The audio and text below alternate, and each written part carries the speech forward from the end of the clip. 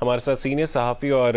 तज़ियाकार सलीम साफ़ी साहब भी मौजूद हैं। सलीम साफ़ी साहब, ये तमाम तर मामला आपके सामने ही है कि इंटरसेप्ट जो एक ऑनलाइन पब्लिकेशन है, उन्होंने ये दस्तावेज़ छापी है जिसपे राना सनाउल्लाह ने कहा है कि ये एक शरंगेज़ दस्तावेज़ है और इसकी तस्दीक होनी चाहिए। ताहम इसकी तस्दीक नहीं की जा रही, ना ही ये ऑनलाइन पब्लिकेशन इसकी तस्दीक कर रहा है, और अमरीकी जो महकमा खारजा के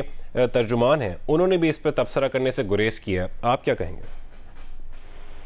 देखिए, हमारे यहाँ बदकिस्मती ये है कि अमेरिका जैसे मुल्क से जो भी चीज़ आ जाती है, हालांकि वहाँ के अखबारात में भी डमी अखबारात भी हैं, वहाँ लॉबीज मुख्तलिफ लॉबियाँ भी हैं,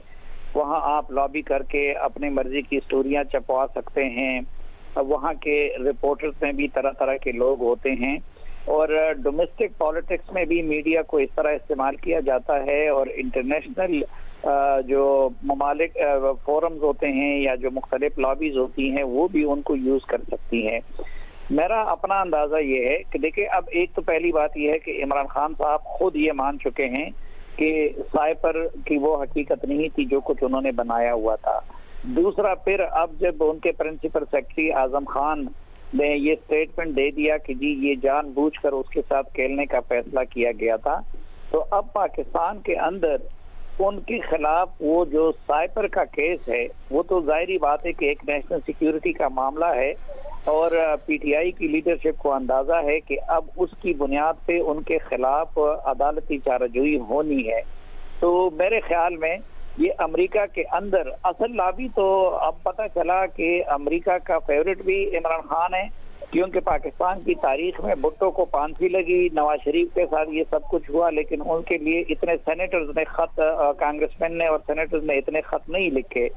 तो मेरे ख्याल में ये जो पीटीआई की वहाँ पे लॉबी है, उन्होंने ये स्टोरी प्लांट की है ताकि उस हवाले से अपने ऊपर प्रेशर को कम कर सके। दूसरे, जहाँ तक साइपर का ताल्लुक है,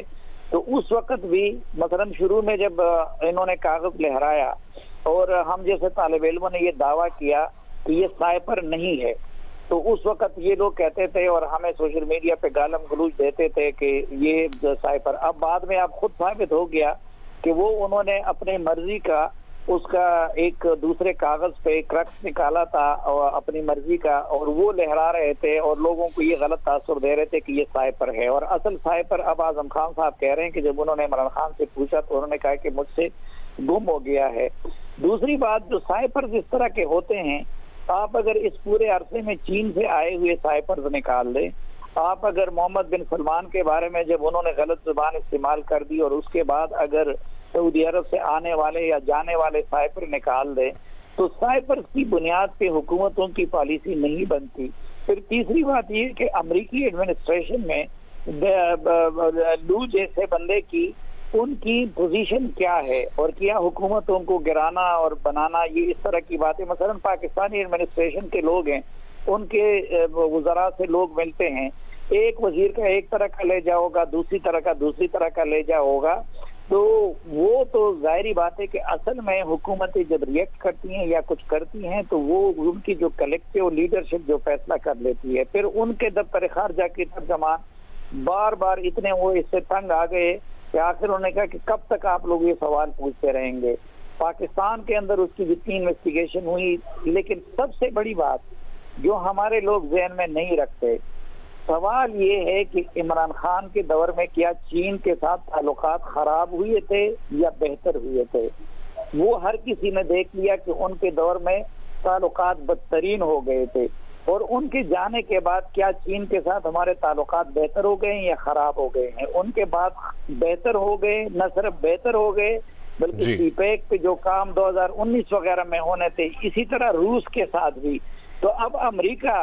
क्या एक ऐसे हुकूमत को हटाना चाहेगा जिसने चीन के साथ भी ताल्लुकात खराब किए थे और जिसने रूस के साथ भी किए थे? तो ये मुझे एक प्रोपेगेंडे के सिवा और अपने लोगों के मोराल को बूस्ट करने के सिवा और जो साइपर की बुनियाद पे कानूनी चाराजोई होनी है उसके असर को कम करने के एक